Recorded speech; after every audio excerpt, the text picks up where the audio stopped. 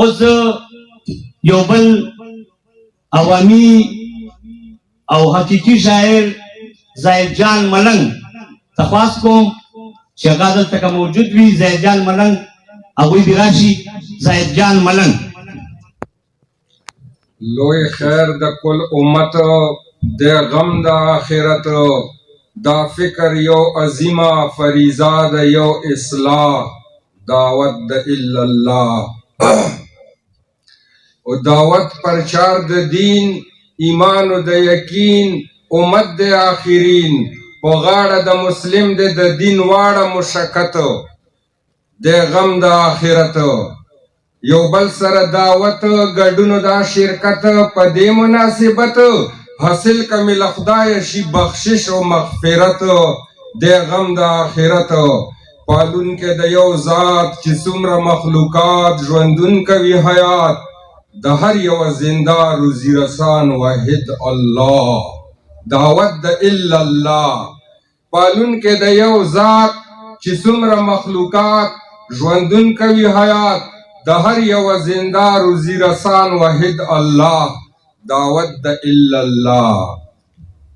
او مالک د کل مملوک خالق د مخلوق رازق د هر مرزوق لائق د کل تعریف د په هر څه باندې قادر باطن د کا ظاهر کا پوشیدہ هر څه چې دی پیدا کا هغه دی کدا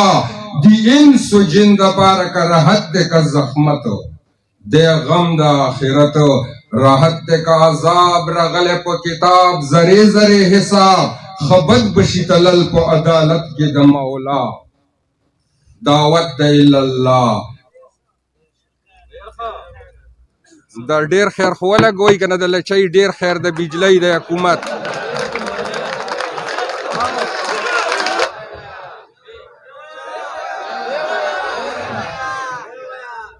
دې ته ویل شي چې خپل په خپلا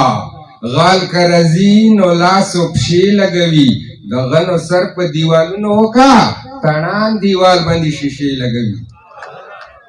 دعوت د الا الله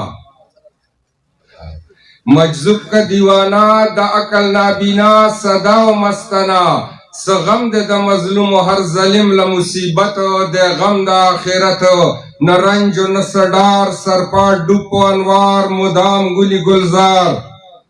بے خوف و بے خاطر بوی کل ولی اللہ دعوت د الا اللہ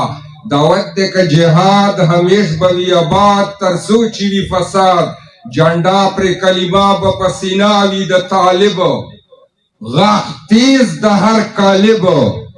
سپیخ پل کا د یہود مردار لکا نمرود قرآن میں پو درود خندی چی حلال شی بے تکبیر پو لعنت د غم د آخرت مختور د لعنتی چی نقص د امتی لوگ بوج حسی زیاتی خند تر برداشت زہد ملنگ پو اللہ دعوت د الا اللہ